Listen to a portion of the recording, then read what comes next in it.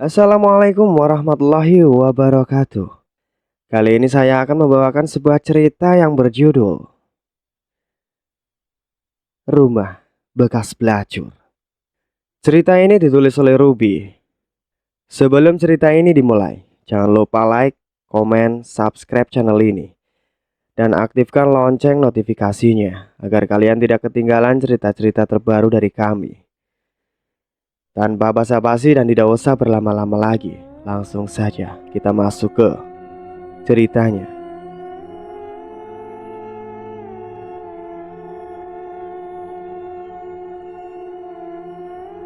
Kedua anak Tante Fanny mengetahui hubungan asmara maminya dengan Pak Sopir dulu, juga dengan Johnson.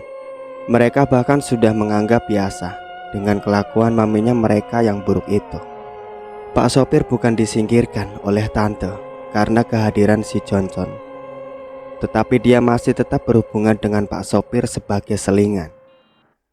Tak lupa, Tante Fanny meminta pertolongan dukun untuk membuatnya terlihat cantik, menarik, dan juga memiliki jimat-jimat untuk membuat pria yang dia sukai menjadi bertekuk lutut kepadanya. Suatu saat di tempat praktek dukun, dia secara tak sengaja bertemu dengan seorang pejabat yang hendak mencalonkan dirinya lagi di pemilihan yang akan segera digelar beberapa bulan lagi. Sosok pria agak botak dan berkumis tebal ini meminta pertolongan Mbah Dukun supaya menang di pemilihan mendatang. Berawal dari tanya jawab biasa antara Pak Pejabat dengan Tante Fanny, terus lanjut ke obrolan ringan dan basa-basi. Terus lagi dilanjut bertutur nomor WhatsApp karena menyambung obrolan. Lelaki tua itu mengagumi kecantikan dan pesona awet muda si Tante Fanny. Dia menatap lekat-lekat tubuh Tante Fanny sambil jari tangannya melintir-lintir kumisnya.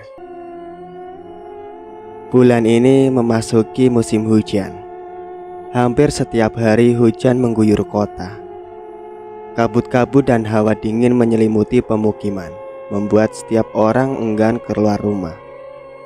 Suasana dingin dan basah di luaran membuat setiap orang lebih memilih berdiam menghangatkan diri di dalam rumah saja. Terlebih jika malam mulai datang, suara kasak-kusuk terdengar dari kamar Tante Fanny, memecah kesunyian malam itu. Seperti ada sebuah kegiatan di dalam sana. Padahal ini adalah waktu dia meringkuk di bawah selimut tebal. Ini malah beraktivitas. "Kenapa berhenti, Jo?" tanya Tante Fanny ketika mendapati Johnson tiba-tiba menghentikan kegiatan olahraganya. Si tante yang menjadi matrasnya heran karena kegiatan itu belum rampung. "Siapa itu Om Ferry? Dari tadi telepon kamu mulu. Angkat dulu sana telepon dari pacar barumu," jawab Jason sambil memakai kembali pakaiannya dan segera melangkahkan pergi keluar dari kamar Tante Fanny. Wajah si Jo terlihat muram. "Jo, hei, mau kemana Jo? Dia hanya teman Tante," jawab Tante. Tapi Jason tidak menghiraukannya dan tetap pergi. Dengan perasaan kecewa, Tante Fanny meraih HP-nya dan mematikan HP itu dengan kasar. Rupanya dia kesal dengan telepon yang sedari tadi mengganggu kebersamaannya dengan Jason. Setelah itu, cepat-cepat ia menarik selimut untuk menutupi tubuhnya yang merasa mulai dingin dan ingin segera tidur supaya tidak berlama-lama ia terlarut dalam kekecewaan itu. Tapi beda dengan yang dirasakan Jason, dia merasa senang ketika mendapati si tante punya pria baru. Dengan begitu Jason menjadi punya alasan untuk menjauhi tante. Jason sebenarnya ingin menghentikan perbuatan dosa dan juga ingin bisa keluar dari belenggu Tante Fanny. Dia menunggu saat-saat ini, saat dimana adanya pria baru yang hadir untuk mencari si tante. Dengan memakai alibi cemburu dan sakit hati, si Jason harap semoga dia benar-benar bisa membuat Tante Fanny menjauh darinya. Alasan kedua, dia tidak mau tante sampai hamil anaknya. "Tidak, jangan sampai itu terjadi. Tidak lama kemudian, Tante Fanny benar-benar sudah tertidur lelap. Hawa dingin dan lelah dari aktivitas yang dilakukan bersama Jason barusan, itulah yang membuat Tante Fanny merasa capek hingga bisa tidur nyenyak dengan cepat. Walau tidak selesai aktivitasnya, gemercik hujan masih terdengar di luar. Sesekali terdengar suara petir menyambar. Tiba-tiba selimut yang membungkus tubuh Tante Fanny ditarik oleh seseorang. Tante yang terbangun karena merasa ada yang menarik selimutnya segera menarik kembali selimutnya, membenahi lalu tertidur lagi. Tidak berapa lama, lagi-lagi selimutnya ada yang menariknya. Dia berpikir Jason yang melakukannya. Sayang, jangan gitu. Aku jadi dingin kan. Mending tidur bareng sama aku sini, satu selimut dengan aku, kata Tante Fanny. Sedikit bergumam tapi matanya tetap terpejam. Sini yang, udahan marahnya. Kemudian ada seseorang yang masuk ke dalam selimut Tante Fanny.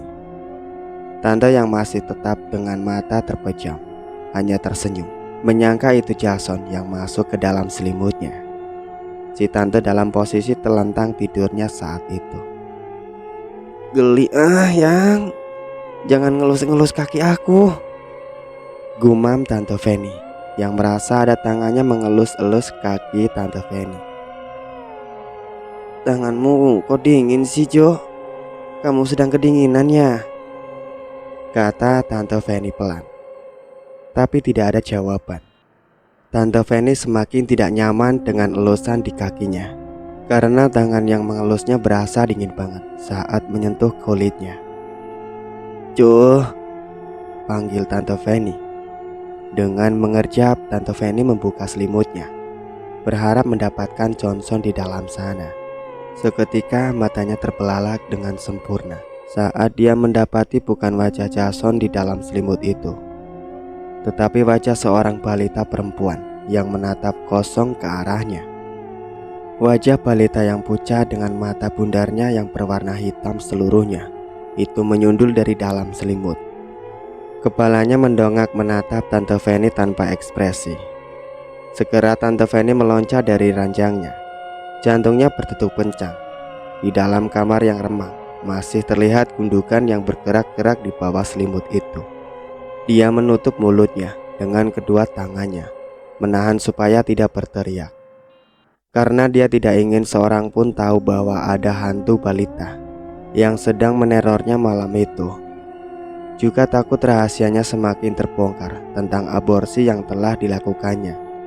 Tante Fanny memundurkan langkahnya dengan pelan menuju pintu kamar, dan tangannya yang gemetar itu berusaha meraba-raba mencari gagang pintu.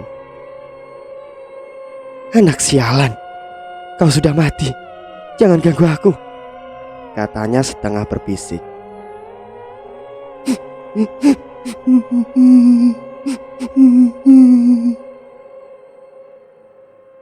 Terdengar tangisan dari dalam selimut itu. Suaranya menyayat hati. Pergi, pergi, teriak Tante sambil menuding ke arah selimut. Tante Fanny berhasil mendapatkan gagang pintu, dan dia membuka pintu kamarnya dengan segera. Dia kaget saat membalikan badannya hendak berlari. Ada bibi tengah berada tak begitu jauh dari letak kamarnya, menghadap ke pintu kamarnya, dan hampir saja Tante Fanny menabraknya. Dengan nafas ngos-ngosan, Tante Fanny hanya menatap si bibi yang memandangnya dengan sorot mata yang aneh. Nyonya kenapa? Tanya dia. Tante Fanny gelagapan. Itu Bi, ada tikus di kamarku, makanya aku takut dan lari keluar, jawab Tante sambil menunjuk dengan ragu ke arah dalam kamarnya. Mata bibi menengok sejenak ke arah kamar Tante Fanny. Ayo jangan nakal, tempatmu ada di belakang, kata bibi dengan nada yang tenang. Kemudian dia berlalu dari hadapan Tante Fanny dan berjalan menuju ke belakang ke dapur. Siapa yang nakal, Bi? Tanya Tante Fanny yang masih tetap berdiri tertegun di depan pintu kamarnya. Bibi berhenti melangkah sejenak tanpa menoleh ke arah tante. Ia menjawab, "Yang mengganggumu tikus kan, Nyonya?" Kemudian si Bibi, wanita pendiam berwajah dingin itu, menyanyikan tembang Jawa di dapur. Suaranya sayup-sayup terdengar samar, diiringi suara rintik hujan dan petir yang sesekali menggelegar. Tante Feni mengendap-endap ke dapur, ke tempat di mana terdengar Bibi sedang melakukan tembang Jawa yang merdu dan lirih. Dia mengintip di balik pintu dapur. Dari celah pintu itu, terlihat si Bibi sedang bersandar di dinding dapur sambil duduk bersimpu di lantainya. Si Bibi terlihat sedang mengelus rambutnya yang panjang, putih tergerai. Karena saking panjangnya rambut, sebagian rambut itu tergeletak di lantai dapur.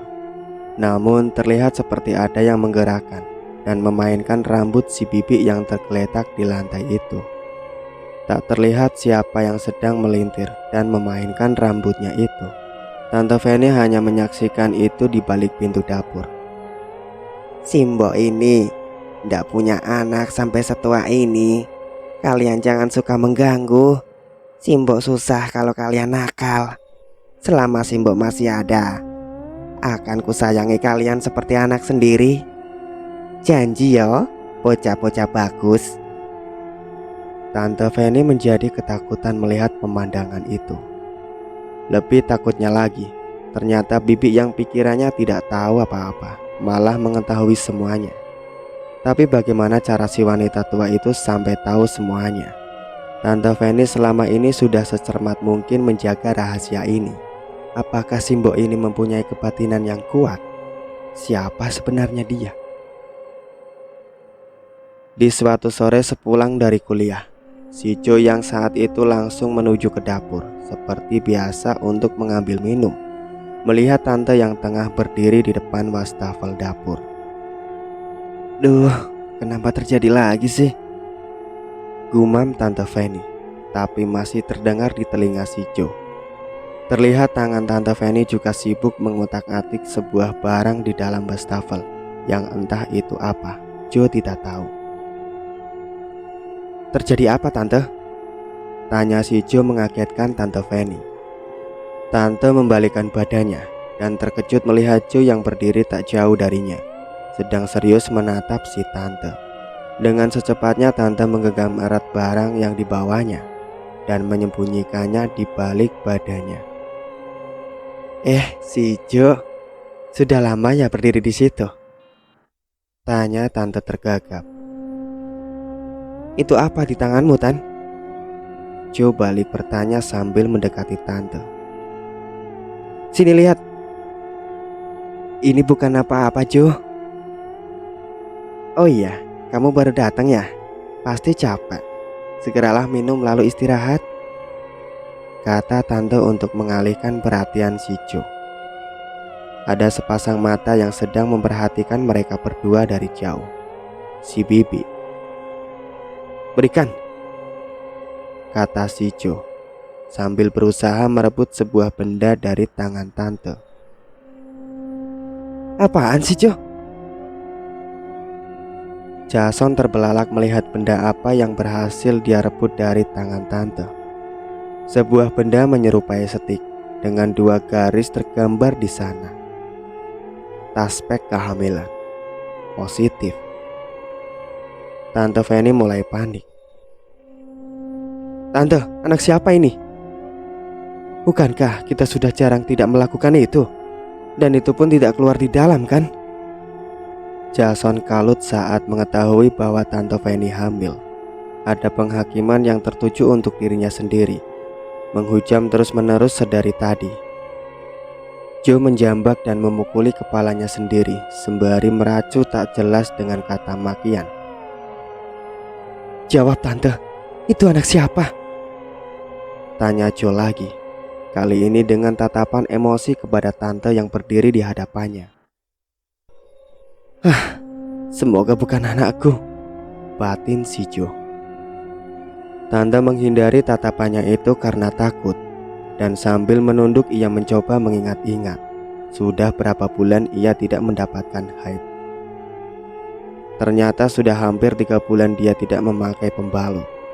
Dan 3 bulan yang lalu, ia ingat peristiwa di satu malam ketika Pak Ferry si pejabat itu mengajaknya ke villa pribadinya bersama beberapa orang teman dan kolagen untuk merayakan hari ulang tahunnya. Mereka pesta pora di sana dan tentunya mabuk. Dalam keadaan yang kesadarannya sudah berkurang, Pak Ferry membimbing si tante untuk naik ke tangga menuju kamar yang terletak di lantai atas. Dia menyuruh Tante Fanny supaya beristirahat saja. Sebenarnya tidak ada keinginan bagi Tante Fanny untuk menjalani hubungannya lebih dari teman dengan Pak Ferry. Selain karena postur tubuhnya yang gemuk dan hidungnya yang bulat seperti kentang, Tante Fanny kerap melihat Pak Ferry juga bersikap ringan tangan kepada bawahannya. Sifat temperamental ini juga yang membuat Tante Fanny hanya mau menganggapnya sebagai teman saja, tidak lebih. Dia takut suatu saat dia juga akan ringan tangan padanya. Malam itu di villa, di kamar lantai atas, Pak Ferry membaringkan tubuh Tante Fanny yang sudah lemas dan loyo akibat minuman keras ke atas pembaringan. Dengan sedikit kasar dan tanpa minta izin dulu dari si pemilik tubuh, dia melucuti pakaian Tante Fanny. "Jangan, Pak, jangan, saya tidak mau. Kita hanya teman," kata Tante Fanny. Suaranya lirih dan meracu akibat pengaruh minuman keras tadi. Tapi Pak Ferry tidak menjawab sepatah kata pun. Dia malah semakin mempercepat aksinya untuk membuka seluruh pakaian yang menutupi tubuh mulus si tante. Dengan nafas yang memburu, Pak Ferry melancarkan aksinya yang selanjutnya. Tante Fanny yang sudah terkapar tak berdaya hanya bisa pasrah dengan perlakuan Pak Ferry di malam itu. Toh dia juga tidak punya kekuatan untuk menghindar dan menolak setiap sentuhan bertubi-tubi yang dilancarkan Pak Ferry. Di suatu kesempatan lain, Pak Ferry memberi sejumlah uang yang jumlahnya fantastis serta mengajaknya belanja sebagai ucapan terima kasih di malam itu. "Jeng Fanny, aku tidak mau menanggung segala resikonya ya setelah menidurimu loh. Karena sudah saya bayar dengan jumlah yang sesuai dengan hargamu," kata Pak Ferry sambil mencolek dagu si tante. Saat itu tante yang sedang sibuk memilih perhiasan emas di toko perhiasan hanya tersenyum dan menjawab, "Ah, Pak Ferry bisa aja. Resiko apa sih, Pak? Uang dari Pak Ferry sudah lebih dari cukup kok. Terima kasih banyak ya Pak Ferry." Siang itu memang Pak Ferry yang mendadak jadi dermawan kepada Tante Fanny. Sengaja mengajak si tante ke toko perhiasan dengan maksud ingin membelikannya perhiasan. "Itu ada cincin permata asli, mau?" kata Pak Ferry sambil menunjuk cincin permata di sebuah kotak di dalam etalase. Mata Tante Fanny semakin berbinar. Batinnya, kapan lagi aku bisa mendapatkan cincin permata gratis tanpa mengeluarkan uangku? "Wah, Bapak serius?" tanyanya sambil menatap lekat wajah Pak Ferry. Pak Ferry tersenyum dan menjawab, "Seriuslah sayang. Tapi servis aku dengan servis terbaikmu ya, setiap kali aku menginginkannya." Kemudian dia terkekeh. "Gimana?" tanyanya lagi sambil mengedipkan satu matanya kepada Tante Fanny. Tante Fanny berpikir sejenak. Kau tidak pernah diberikan jatah istrimu ya Pak? Gimana sayang? Permata itu jadi milikmu sekarang juga loh." Tante Fanny mengangguk malu-malu. Lalu sejak saat itu dimulailah permainan dengan Pak Ferry. Tante Fanny meninggalkan Joe dengan pertanyaan yang tidak bisa dia jawab. Dengan diantar sopir pribadi, si tante pergi ke rumah Pak Ferry si pejabat, ayah dari bayi yang tengah dikandung saat ini. Dia tidak ingin aborsi lagi, sudah cukup. Kali ini dia meminta pertanggungjawaban dari ayah bayi itu.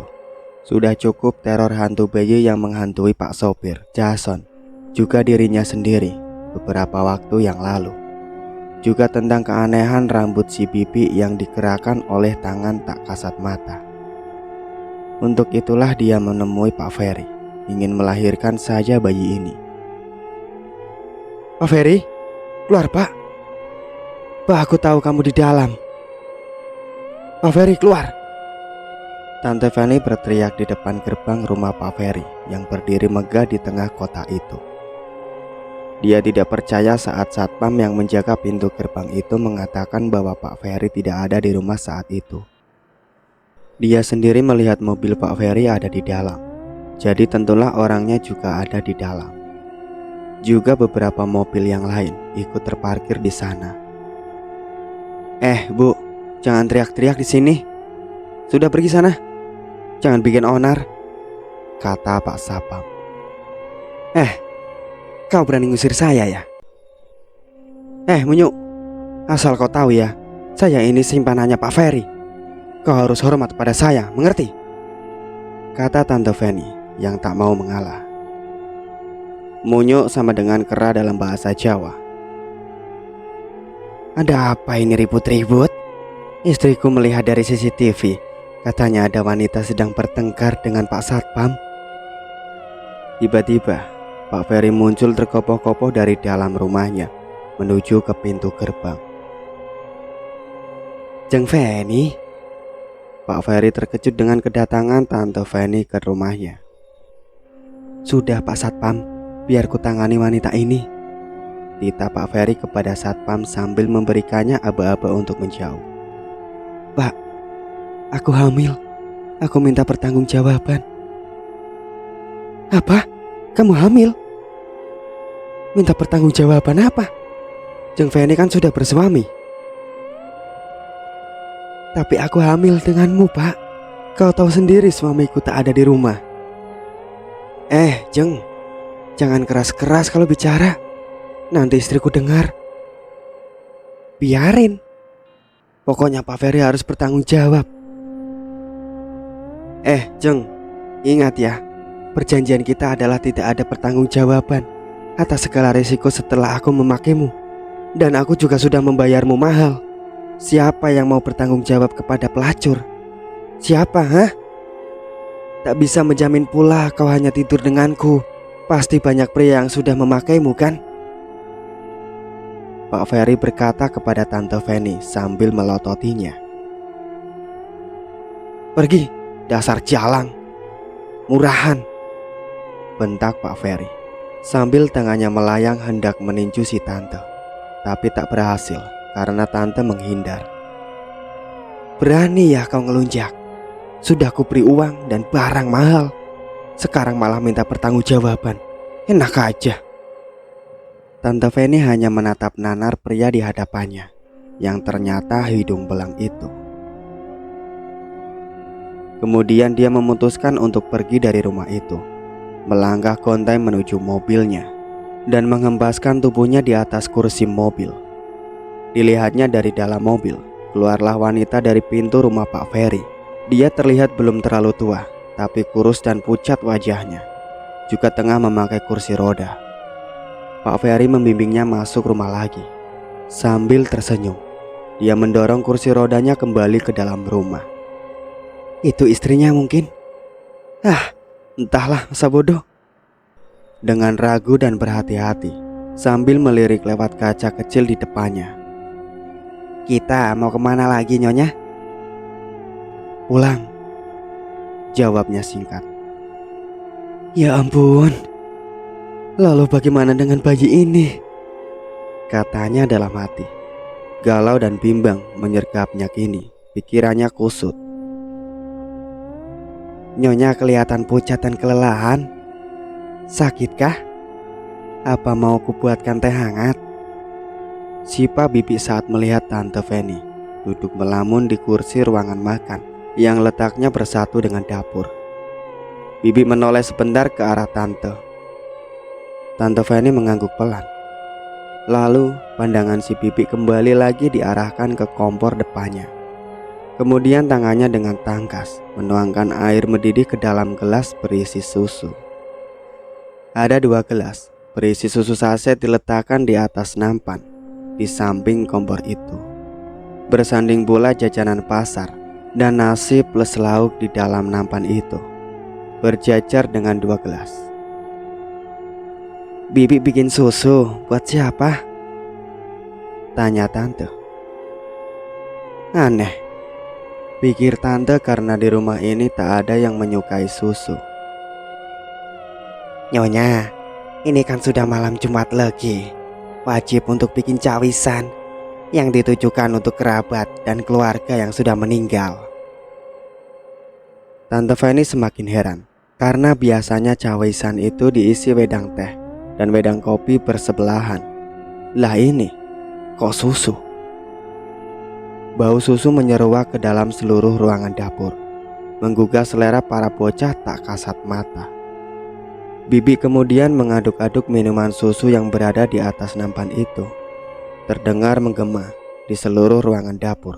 Suara khas sendok yang tengah beradu dengan gelas. Disusul kemudian dengan suara Bibi yang mulai menyanyi tembang lagu Jawa. Lirih terdengar. Tetapi hal itu membuat Tante Feni jadi ingat akan sesuatu peristiwa ketika Tante Feni dulu pernah mengintip si Bibi yang tengah duduk bersimpah di lantai dapur sambil menyanyikan tembang Jawa dan berkata kepada anak-anak yang tak kasat mata. Masih dengan tetap asik menyanyi, Bibi berjalan pelan dan meletakkan nampan berisi sajian itu di atas kulkas. "Bibi, hentikan, jangan menyanyi lagi."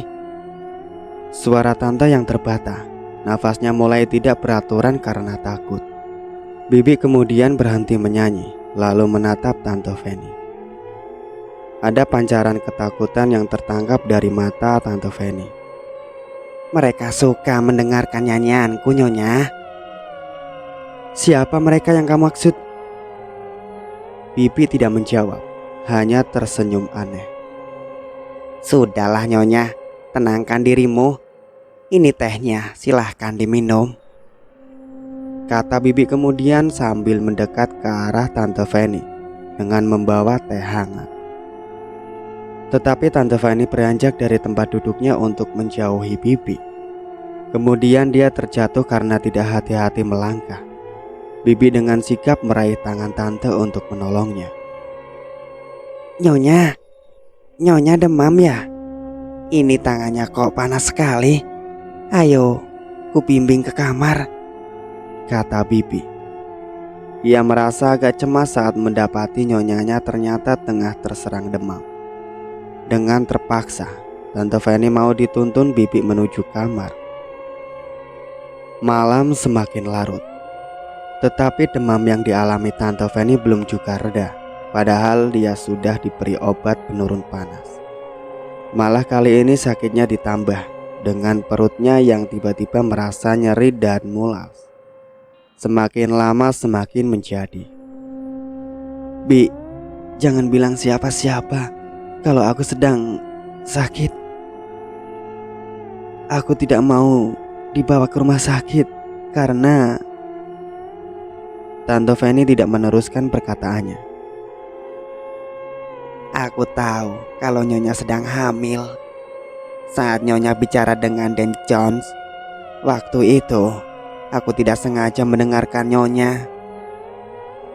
Tante Feni ternyata terkejut mendengar penuturan Bibi. Tapi dia hanya menatap wanita tua itu, tidak menjawab sepatah kata pun. "Ini Nyonya, minumlah. Ramuan ini membuat sedikit reda," kata Bibi kemudian sambil menyodorkan cangkir berisi ramuan yang entah itu berisi bahan yang berbahaya atau tidak. Tante Feni tidak menolak karena dia berharap untuk sembuh tanpa dibawa ke dokter. "Ini seperti ramuan yang kau berikan tadi pagi sebelum aku keluar rumah kan, Bi? Ramuan ini untuk apa, Bi?" tanya Tante Feni sambil keheranan setelah minum ramuan itu. Ini hanya ramuan untuk kesehatan Nyonya. Ramuan warisan dari leluhur," jawab Bibi. Tetapi beberapa menit kemudian, sakit perut si tante malah semakin menjadi. setelah minum ramuan itu. Dia mengerang dengan lirih. Sakit yang tak terkira menyerangnya dengan bertubi-tubi. Bibi kemudian meraba perut Tante Fanny. "Apakah bayiku baik-baik saja, Bi?" katanya dengan menahan sakit. "Nyonya, bayimu sepertinya sudah mati. Ini si cabang bayi sepertinya sudah tidak menempel di rahim lagi." Tante Fanny terkejut. "Bayiku." Bibirnya bergemetar saat mengatakan itu. Dia seakan tidak percaya dengan apa yang dikatakan Bibi, karena dia ingin melahirkan bayi itu dengan sempurna, tapi ternyata sudah mati. "Nyonya, sini aku bantu mengeluarkan bayi ini." Dipijit, Bi. "Iya, Nyonya." "Bi, kau sebenarnya siapa?" "Dulu aku adalah dukun bayi, Nyonya. Aku menolong banyak orang yang melahirkan. Aku senang melihat bayi yang lahir. Karena aku mandul, tidak pernah bisa hamil. Tetapi di suatu hari, masyarakat memberhentikanku untuk menolong orang yang melahirkan. Sejak ada ibu dan bayi yang mati saat kutangani." Bibi bercerita sambil terus memijat pelan perut Tante Fanny. "Aduh, Bi, sakit." "Tahan sedikit, Nyonya. Yang sabar," kata Bibi. Tapi Tante Fanny malah mengerang semakin keras. Bibi kemudian membuka daster Tante sampai ke dada, lalu mengucapkan mantra yang tidak dimengerti bahasanya oleh Tante Fanny, sambil tangannya terus memijit dan mengurut perut Tante Fanny. Tante Fanny tidak lagi memperhatikan Bibi karena dia tengah merasakan kesakitan. "Aduh, aduh." desis Tante Fanny. Bibi dengan pelan membuka kaki Tante Fanny. Darah mengucur membanjiri alas kain sampai ke spray. Sementara Bibi semakin fokus memijat dan menekan perut Tante, yang semakin lama semakin kencang mengurutnya. Keringat membasahi dahi Bibi.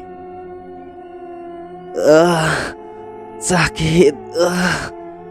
Tante Fanny menjerit pelan-pelan karena takut ada yang mendengar.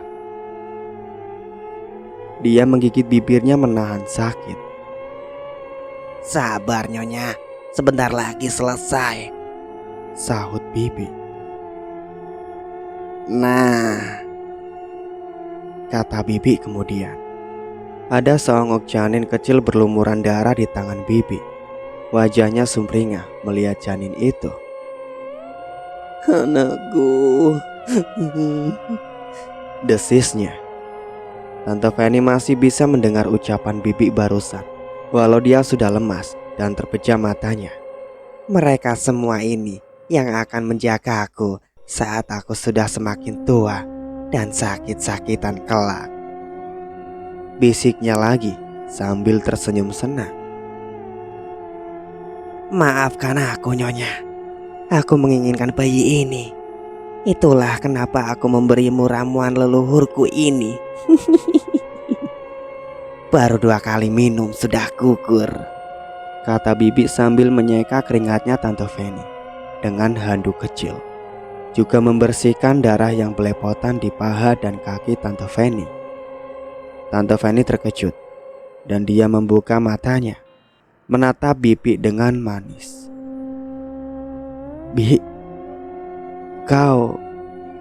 Tante tiba-tiba saja pingsan dan tidak meneruskan perkataannya. "Anakku sayang. Cah bagus," kata Bibi sambil menimang-nimang janin kecil yang terbungkus di dalam kain mori putih. Tante tersadar di pagi harinya, dan dia terkejut melihat Bibi yang tengah membawa senampan sarapan ke dalam kamar. "Bi, kau membunuh anakku."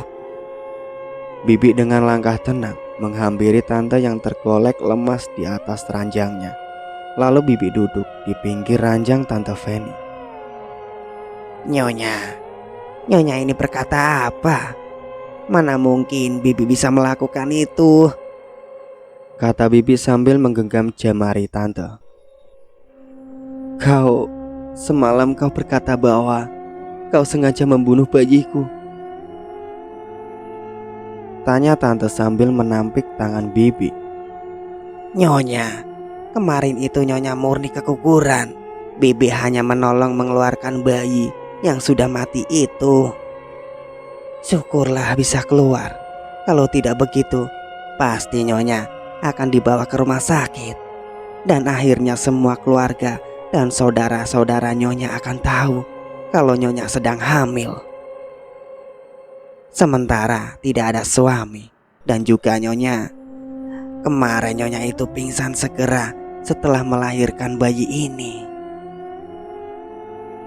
Mungkin Nyonya berhalusinasi atau bermimpi tentang omongan saya yang katanya membunuh bayinya Nyonya. Kata Bibi berusaha meyakinkan Tante Feni. Percayalah Nyonya, aku mengatakan yang sebenarnya, sambung Bibi. Tante hanya diam. Dia mulai mempercayai perkataan Bibi, walau masih ada sedikit keraguan. Di mana kau kubur anakku? Tanya tante sambil menunduk. Masih terpancar raut wajah yang sedih di sana. Di taman belakang Nyonya, jawab Bibi. Sejak dikuburnya janin yang ketiga itu, Tante Feni semakin kerap dihantui oleh penampakan dan suara anak-anak kecil di rumahnya. Setiap kali dia berteriak histeris saat penampakan itu muncul, atau suara-suara anak menangis dan tertawa terdengar dekat di telinganya. Dia mulai tidak bisa berpikir dengan normal. Apakah ini hanyalah halusinasi atau hanya karena dia terbayang-bayangan dengan sosok bayi yang dia bunuh sehingga membuatnya dikejar rasa bersalah? Ataukah memang ini benar-benar penampakan? Hal inilah yang membuat dia sering menjambak rambutnya sendiri, juga menampar pipinya sendiri, bahkan memukul kepalanya sendiri, berharap tamparan dan pukulan itu menyadarkan dia dari halusinasi dan mimpi di teror hantu anak-anak kecil itu. Menurutnya, hantu yang paling jahat adalah sosok anak-anak yang ketiga. Hantu itu penampilannya paling seram. Tante Feni kemudian ingin menjual rumah itu dan ingin pindah ke rumah orang tuanya. Ketika dia menyampaikan keinginannya itu, Jason memutuskan untuk mencari tempat kos baru. Juga kedua anak Tante Feni setuju pindah karena mereka berpikir Tante Feni akan diawasi ibunya jika tinggal di rumah orang tuanya, sehingga itu akan mempersulit Tante untuk hidup bebas. Terkecuali Bibi, dia tidak setuju pindah, tapi dia bungkam saat ditanya apa alasannya tidak mau pindah. Akhirnya dengan berat hati, Bibi pulang kampung dengan diberi pesangon. Tante Feni tidak bisa pacaran dengan terang-terangan lagi semenjak tinggal di rumah orang tuanya. Dia menjalani asmara dengan seorang pemuda yang ternyata pekerjaannya adalah ojek mobil, dengan alasan mobilnya sendiri dipakai oleh anak-anaknya tante, dan alih-alih pesan ojek untuk mengantarnya kemana-mana, ternyata mereka memanfaatkan kesempatan itu untuk saling melepas rindu. Akhirnya kakak sepupunya tidak jadi membeli rumah itu. Dia merelakan uang muka yang tidak bisa kembali dan mencari rumah lain untuk dibeli. Tidak lama setelah itu, rumah Tante Feni yang letaknya memang di pinggir jalan raya dibeli oleh seorang pensiunan guru. Dia membeli rumah itu untuk dijadikan tempat kos-kosan, dan Tante Feni membeli rumah baru dari uang hasil penjualan rumah lamanya itu. Tetapi rumah barunya ditepati anak-anaknya, sementara dia tetap tinggal di rumah orang tuanya. Tante Feni masih doyan berpacaran di luar sana, tetapi dia tidak hamil lagi. Isenglah dia periksa ke dokter kandungan, apakah alat produksinya ini bermasalah. Kali ini kenapa tidak juga hamil? Setelah diperiksa, ternyata kandungan Tante Feni rusak dan tidak bisa hamil lagi. Ada kemungkinan untuk bisa hamil lagi, tetapi peluangnya akan sangat kecil dan sangat beresiko.